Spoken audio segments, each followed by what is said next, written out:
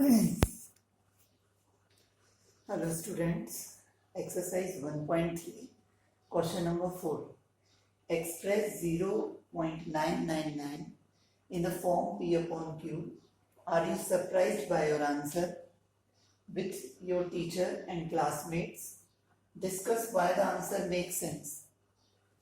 0.999 dot dot dot इसको हमें P upon Q form में लाना है। तो इसके लिए हम पहले इस नंबर को x अज्यूम करेंगे, let x equal 0.9999 dot dot, this is x। अब हमें वही मेथड यूज करनी होगी जो क्वेश्चन नंबर 3 में यूज की थी। इसमें हमें ये देखना है कि जैसे 9 रिपीट हो रही है, 9 डिजिट बार बार रिपीट हो रही, तो क्या पॉइंट और जो डिजिट रिपीट हो रही है उसके बीच में कोई ऐसी डिजिट है जो रिपीट ना हो रही हो। यहाँ पे ऐसी कोई डिजिट नहीं है, पॉइंट और 9 के बीच में ऐसी कोई डिजिट नहीं है जो रिपीट नहीं हो रही हो। तो जो फर्स्ट स्टेप होता है हमारा वो यहाँ पे यूज नहीं करना है। सेकंड स्टेप में क्या होता है, स्टेप में हमें ये काउंट करना होता है कि कितनी डिजिट में कितनी डिजिट पे बार है, बट यहाँ पे बार नहीं लगा है, यानी हमें ये देखना होगा कि कितनी डिजिट रिपीट हो रही है। तो यहाँ पे केवल एक ही डिजिट रिपीट हो रही है, 9, सिर्फ 9 रिपीट हो रही है। तो इसलिए इसमें हम लेफ्ट साइड और राइट साइड 10 का मल्टीप्लाई करेंगे, लेफ्ट साइड में भी और राइट साइड में भी 10 का मल्टीप्लाई करेंगे। 10 का मल्टीप्लाई x से करने पर 10x, और इस नंबर में जब 10 का मल्टीप्लाई होगा तो 0.1 डिजिट इधर राइट साइड में आएगा।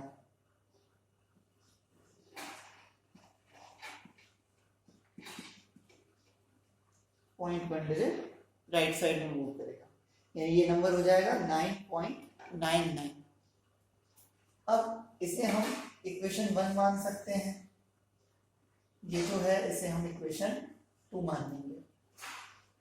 अब इक्वेशन 1 को इक्वेशन 2 में से सब्ट्रैक्ट करेंगे। इसके लिए इक्वेशन 1 को इसके ठीक नीचे लिखा जाएगा,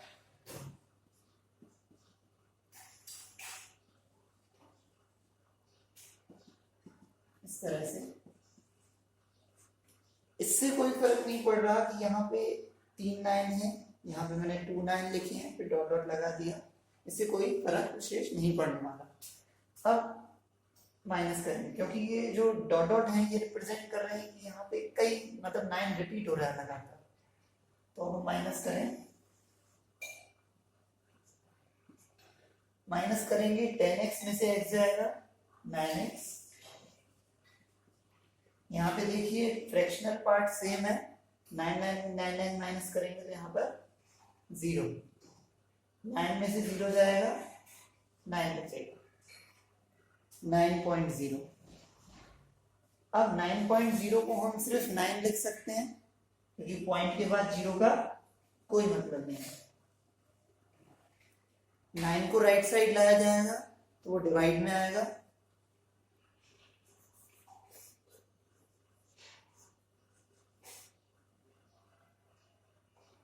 फिर 9 से 9 कैंसिल, 9 तो x की वैल्यू आती है 1/1, जिसे हम सिर्फ 1 लिख सकते हैं।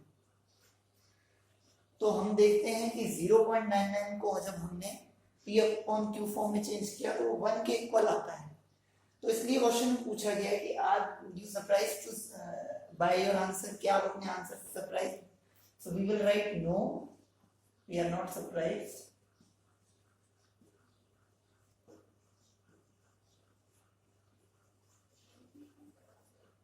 क्योंकि जो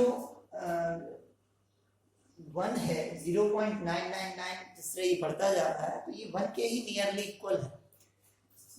तो ये आंसर हमारा सेंसफुल है। Yes, this answer make sense.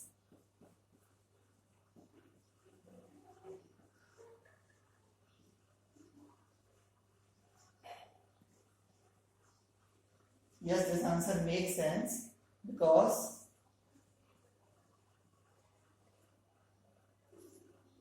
0.999 is nearly equal to 1.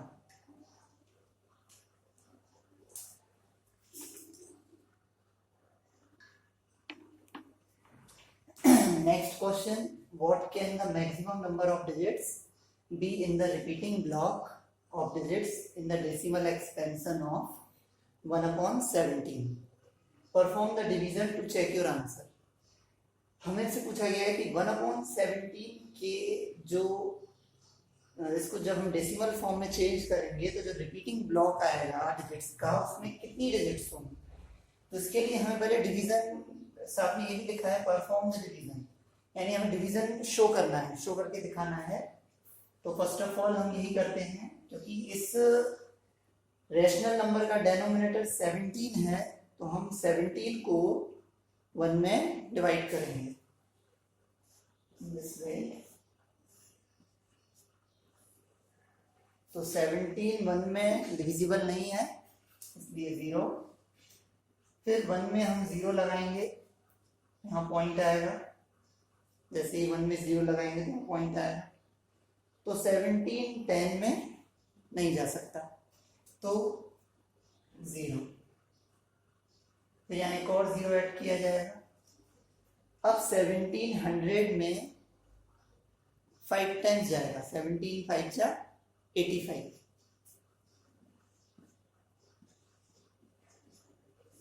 Minus करेंगे 15 बचेंगे, रिमाइंडर में एक 0 जोड़ दिया जाएगा 150। अब 17 150 में 8 टाइम्स जाएगा, 17 8 जा 136।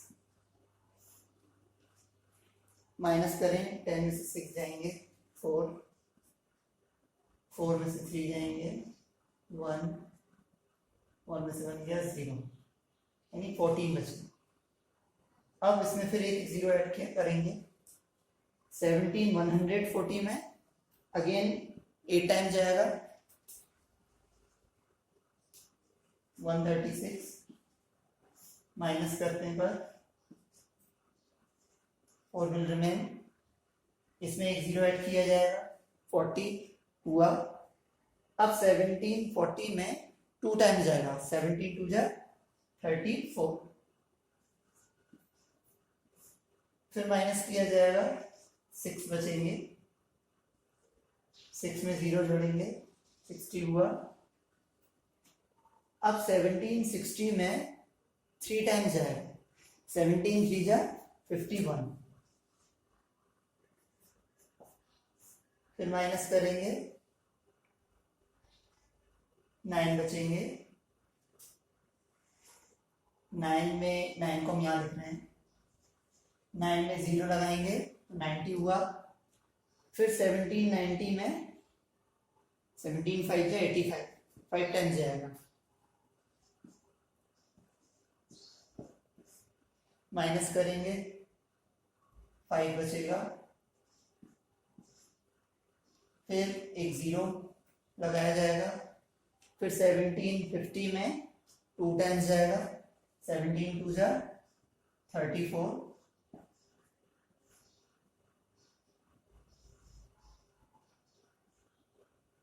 सिक्सटीन बचे, 16 में 0 लगाएंगे तो 160 हो जाएगा। अब 17 160 में 17 160 में 9 टाइम्स जाएगा, 17 9 जा हुआ 153, 9 टाइम्स। माइनस करें 7 बचेगा, फिर एक 0 ऐड किया जाएगा 70 हुआ। अब 17 70 में 4 टाइम्स जाएगा, बिकॉज 17 4 जा 68। माइनस करने पर 2 विल रिमेन, इसमें 0 ऐड करने पर 20 होगा। फिर 70 20 में 1 टाइम जाएगा। ये प्रोसेस हमें तब तक करनी है जब तक यहाँ पे जैसे स्टार्टिंग में 5 आया 0 5, तो वो जब तक दोबारा ना आने लगे तब तक हमें ये प्रोसेस दोहरानी है। तो 17 माइनस करेंगे 3 बचा, 3 में 0 लगाया जाएगा तो 30 बनता है। 17 30 में 1 टाइम जाएगा, 17 में 1 टाइम, 30 में से 17 माइनस करेंगे, 13 बचेंगे, 13 में 0 लगाएंगे 130, तो 17 130 में 9 टाइम्स जाएगा, नो सॉरी 7 टाइम्स, 17 7 या 190 माइनस करें तो 10 में से 9 जाएंगे 1, 2 में से 9 जाएगा 1 11, फिर इसमें एक 0 ऐड करेंगे तो 17 110 में 6 टाइम जाएगा 102, फिर माइनस किया जाएगा 8 में 0 ऐड करने पर, फिर 17 18 में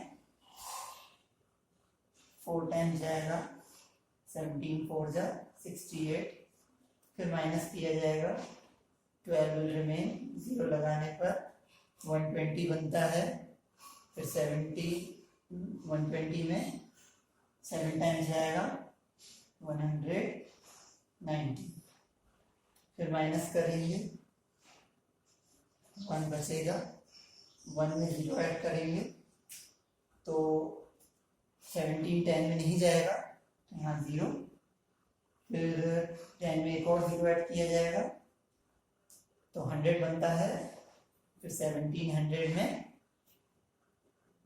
5 टाइम्स जाएगा, तो आप देखें कि डिजिट्स रिपीट होने लगी हैं, फिर 15 बचेंगे।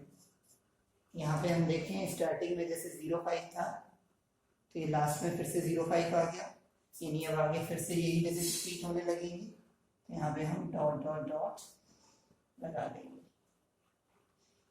तो ये डिजिट रिपीट होने लगी। तो हमें अब इसका आंसर लिखना है।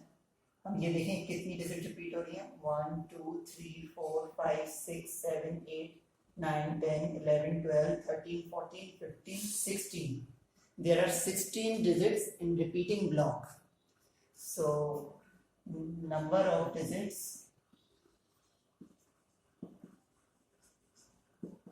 in repeating block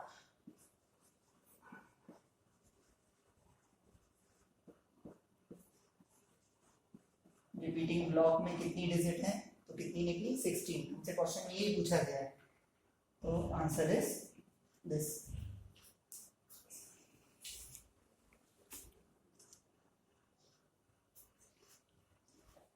next question, question number 6, look at several example of rational number in the form p upon q where q is not equal to 0, where p and q are integers with no common factors other than 1 and having terminating decimal representation. Means कि हम rational number के जितने भी example देखें जिसमें q की value जो है वो 0 ना हो और p और q दोनों इंटीजर्स हों जिनमें कोई भी कॉमन फैक्टर ना हो। फॉर एग्जाम्पल जैसे 2/3 ये एक रेशनल नंबर है, और 5/2 ये भी एक रेशनल नंबर है। ये यहाँ जो न्यूमरेटर है 5 और डेनोमिनेटर है 2, ये डिविजिबल नहीं है आपस में। सो दिस इज यहाँ मतलब वो सिचुएशन लागू होती है जो इसमें कहा गया है कि p और q में ऐसे इंटीजर्स हों जिनमें कोई कॉमन फैक्टर ना हो। तो यहाँ इन दोनों में कोई कॉमन फैक्टर नहीं है। इन द सेम वे 2 और 3 में भी कोई कॉमन फैक्टर नहीं है। We can not divide them, हम इन्हें डिवाइड नहीं कर सकते। अब अगर हम इन्हें डिवाइड कर कर डेसिमल पॉइंट में चेंज करते हैं तो जो डेसिमल रिप्रेजेंटेशन आएगा वो इसका नॉन टर्मिनेटिंग आएगा, इसका टर्मिनेटिंग आएगा। बिकॉज टर्मिनेटिंग डेसिमल सिर्फ उन नंबरों का आता है जिनका डिनोमिनेटर 2 होता है या 5 होता है या 2 और 5 की पावर में होता है। 7/50, यहाँ पे जो डिनोमिनेटर है 50, इसके अगर हम फैक्टर करेंगे तो इसके फैक्टर में सिर्फ 2 और 5 आएंगे. You can see this. 50 is divisible by 2. 25 5 से जाएगा, फिर 5. तो आप देखें कि इसके जो फैक्टर है उसमें 2 और 5 ही आए. इस तरह से ये जो रेशनल नंबर है, जब हम इसे डेसिमल फॉर्म में चेंज करेंगे तो ये एक टर्मिनेटिंग डेसिमल में आएगा. यानी जिन रेशनल नंबर का डिनोमिनेटर 2 या 5 या 2 और 5 से मिलके बना हुआ होता है, 2 और 5 की पावर वाला होता है, तो वो डिनोमिनेटर टर्मिनेटिंग, वो रेशनल नंबर टर्मिनेटिंग होता है. तो इसलिए Q की जो प्रॉपर्टी है, इसका सॉल्यूशन हम लिखेंगे. Solution is Q must be multiple of 2, 5 और 2 and 5 only.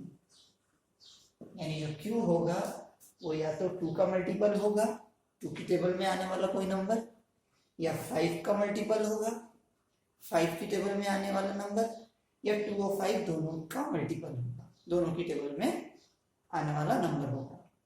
तो ये प्रॉपर्टी Q को मस्ट सेटिस्फाई करनी होगी.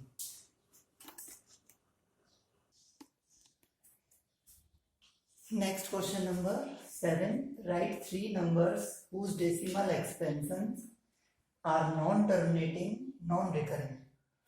ऐसे 3 नंबर्स लिखने हैं जिनका डेसिमल एक्सपेंशन जो है वो नॉन टर्मिनेटिंग हो, यानी टर्मिनेट ना हो, यानी खत्म ना हो, और साथ ही नॉन रिकरिंग हो.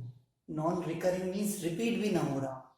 रिकरिंग यानी होता है रिपीट होना, डिजिट्स का रिपीट होना, बट यहाँ रिपीट नहीं होना चाहिए. तो ऐसे 3 एग्जांपल लिखने हैं. तो फर्स्ट एग्जांपल देखें. 0.12 122 1222 1222 डॉट डॉट डॉट. यहाँ आप देखें, यहाँ पे पहले 1 2 सिंगल 2 है, फिर 1 2 2 यानी डबल 2, फिर 1, फिर ट्रिपल 2 है, फिर 1, फिर 4 टाइम्स 2. यानी डिजिट्स रिपीट नहीं हो रही. कहने का मतलब ये है कि डिजिट सीक्वेंस में इक्वली रिपीट नहीं हो रही. पहले एक 2 है, फिर 2 2 हो गए, फिर 3. तो ये चेंज हो रहा है ना, सेम पैटर्न नहीं है, इसलिए इसे नॉन रिकरिंग माना जाएगा. नॉन टर्मिनेटिंग ये है, डॉट डॉट डॉट लगा दिया गया है, यानी ये कंप्लीट नहीं हो रहा कभी भी. So this number is non terminating non recurring. इसी तरह इसका हम दूसरा एग्जांपल बना सकते हैं. दूसरा एग्जांपल हम इस तरह बना सकते हैं कि जहां पर 2 है वहां पे हम 3 का यूज कर लें 2 की जगह पे. 1 3 1 3 3 1 3 3 3 1 3 3 3 3. तो ये दूसरा एग्जांपल हो गया. बट क्वेश्चन में हमसे कहा है ऐसे हमें 3 नंबर्स बताने, तो 2 हो गए. तीसरा, इसी तरह हम तीसरा लिखें. 0.14 144 1444 1444.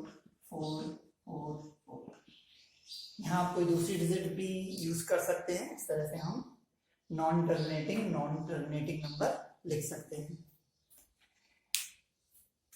9th क्लास के और एक्सरसाइज के वीडियो देखने के लिए आप मुझे मेरे व्हाट्सएप नंबर पर मैसेज कीजिए. मेरा व्हाट्सएप नंबर आपको स्क्रीन पे दिख जाएगा. तो आप अपना नेम और एड्रेस मुझे व्हाट्सएप कर दीजिएगा, तो आपको फर्दर वीडियोस मिल जाएंगे. Okay, thank you.